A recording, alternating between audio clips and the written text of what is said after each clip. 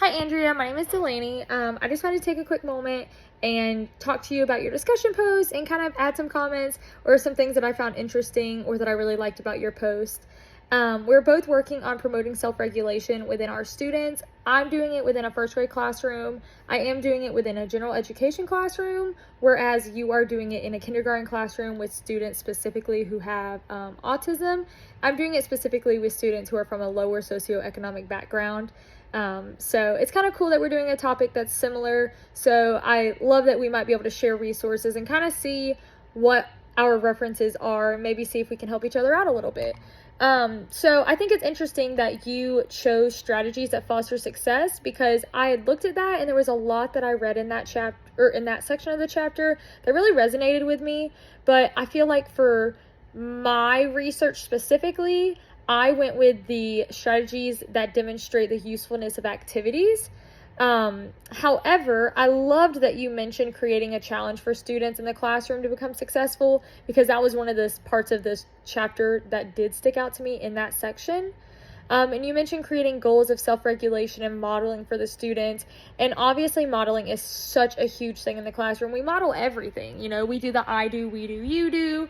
Or that's the most common approach. That's not always the approach that we use, but that is the most common, I guess you would say. Whether you model it before or after they engage in it, modeling is so important, because when you watch somebody do something, it's easier to do it yourself. I'm a hands-on person personally when I learn. However, watching someone else do it and then me try to do it, it definitely helps me a little bit than just trying to get in there and do it without ever seeing it done before. So modeling is super huge. One thing that you mentioned, though, is that you talk about praising the students for their success. And I think as educators, we often forget that when we praise students, it shouldn't only be, hey, I'm proud of you for doing this, or hey, great job doing that. First off, it needs to be specific. But not only that, it's important that we give students intrinsic motivation. So not just sitting there and telling them we're proud of them, but also making sure that they realize that they should be proud of themselves.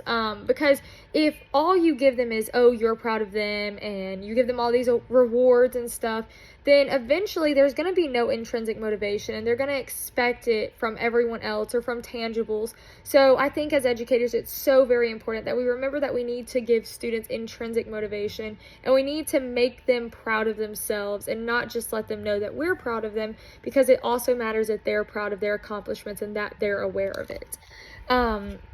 Another thing that you said is, you talked about the social cognitive theory, which obviously is what I am working on as well.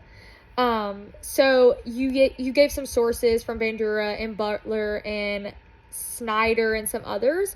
And I did look at some of those references whenever I was doing my own, but I created a really long list of references because I found so many in the book that were so great. And they weren't the exact same as yours. So I'm going to check out the ones that you included here just because our research is similar. So I think it'd be really interesting. But also, I wanted to let you know that you could come look at mine and see if any of them might help you, because we are doing a topic that's similar. And I did put a lot in there. So maybe it'll help you out some also if you need more references or resources to look at later on. But I really am interested in reading your research. I hope that I get the chance to see what you come up with, because us being so close in grade level, and I work with special education students as well, so hearing about students with autism and how to promote self-regulation within them, I think would be so amazing to read about. So I really, really love your topic, and I hope that maybe we can collaborate a little bit on our topics and kind of see what we're researching and figuring out. But I think you made some great points this week, and I think you're off to a great start with your research, and I look forward to hearing more about it. Thank you.